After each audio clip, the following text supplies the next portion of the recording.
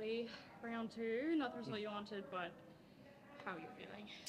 Yeah, all right. Disappointed that we lost one, but also for Chloe as well.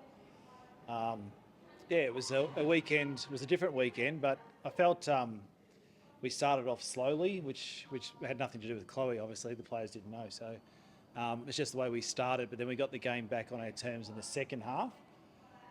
But it was too late, and if St Kilda had to capitalise on those early opportunities, then we would have been way behind on the scoreboard. But so disappointing all round. Just touching on Chloe, the team's had a few days now. What's the feeling around the group? How's it Yeah, I think we're still trying to get it comprehended in our heads. Still, just disappointed for her, really. I mean, she's done so much work. She had a really good pre-season, got herself fit.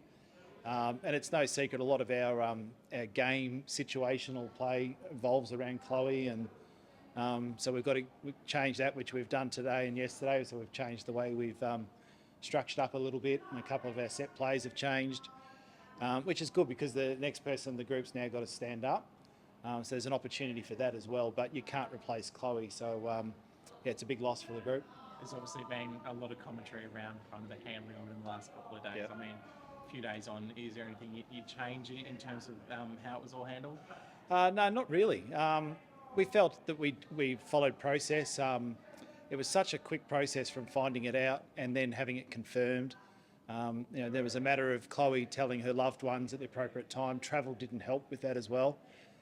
Getting the people that needed to know first, the group, and then Chloe herself came up and said she just didn't want to tell the players, which I was really comfortable with and didn't need the distraction. So it happened quite quickly, and it was I was a little bit interested by some of the commentary around it, to be honest. But no, I think we followed the process that we needed to follow and just made the late change. It's such a devastating injury. How important was it to do it in the way that Chloe wanted to? I think that was really important. It was more important from the performance point of view. But Chloe, being the leader she is, she was really strong on being around the group and just leading, and she was sensational. And yeah, you can't ask more than that. So we gave her the opportunity to do that. Not just a big name within the league, but also within this club. Like, how do you stop it rippling out amongst the playing group when they look over and she's not there able to be on?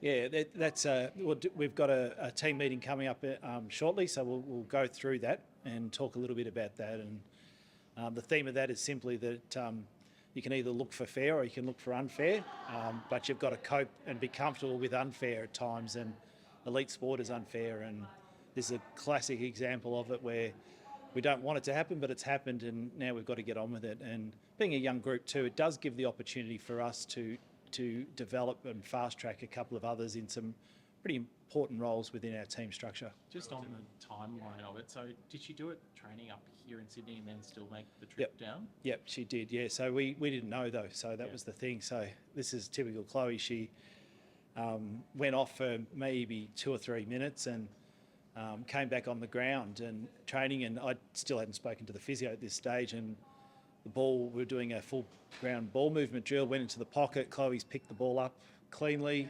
twisted around and kicked the ball through the goals on her right foot. I thought, she's right. Didn't think anything of it. And then, went to bed fully expecting she was playing. And, the next day, she just reported some stiffness, and the doc unfortunately wasn't with us, which also delayed it. He was up here at the men's game. But, the physio decided we'd just better send her for a scan just to be sure, because it had swollen up a little bit. But just looking, even at the hotel, walking around, she was typical annoying Chloe, just annoying the hell. She was fine. It was just no signs of anything sinister. And then from there, we found out. The next morning, Doc confirmed it with me and just said, "Mate, I hate to tell you this, but," so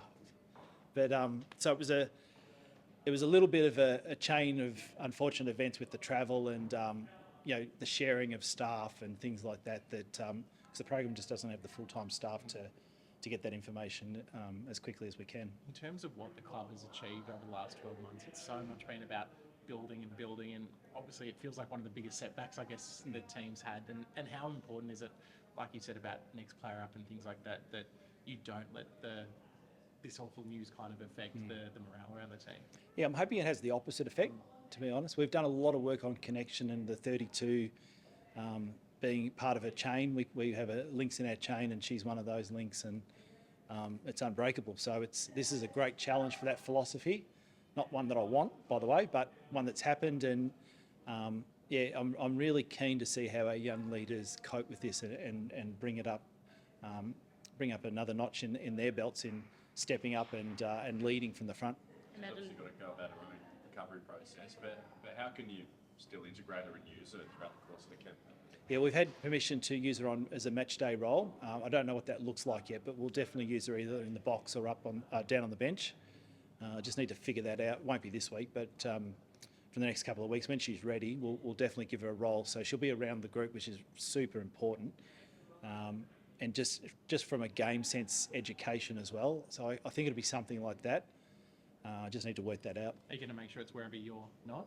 Yeah, 100%. If I'm in the box, she's on the bench. Any other questions? Yeah. Going up to Coffs Harbour. Yes. Tigers. How excited are you for it? Yeah, well, two very even sides, I think. I had a good look at Richmond. They did very well against GWS, and it's no secret. Katie Brennan, Sarah Hosking are the ones. Mon Conti, of course, in the middle as well. Ellie McKenzie, Grace Egan. They've got a really good core group of players, and it's really important that our fans get to the game and support us. And we're looking for a good turnout and nice and loud and help get us over the line. But I think it'll be a good game of footy. How much credit do you take out of, especially in the first two games so far, that we've really seen almost the team grow into games, that like the second halves have been the strongest, that you're playing your strongest footy late in games as well? Yeah, I think we've been watching the men's too much. It seems to be a similar trait, doesn't it? I'd rather start better, but I am proud of I think at one stage we were minus 17 contested possessions in the first quarter and a bit, and we ended up levelling that at the end of the game, and that was really important. So it was a great step in the right direction. Our metres gained were great. We had more disposals, more inside 50s, more metres gained, all those key stats for us.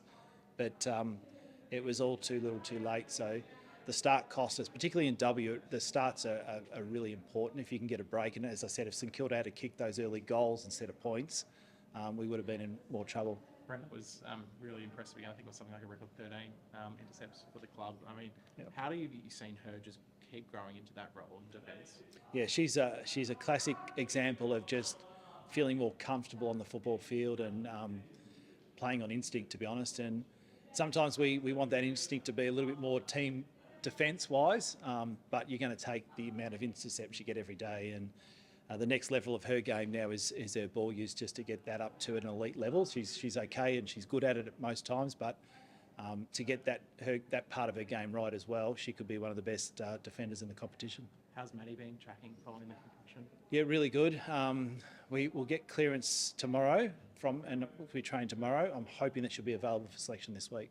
But she's ticked every box so far. And Woody's close as well? She is. She's had the all clear today, so Woody is up for selection as well, which is great.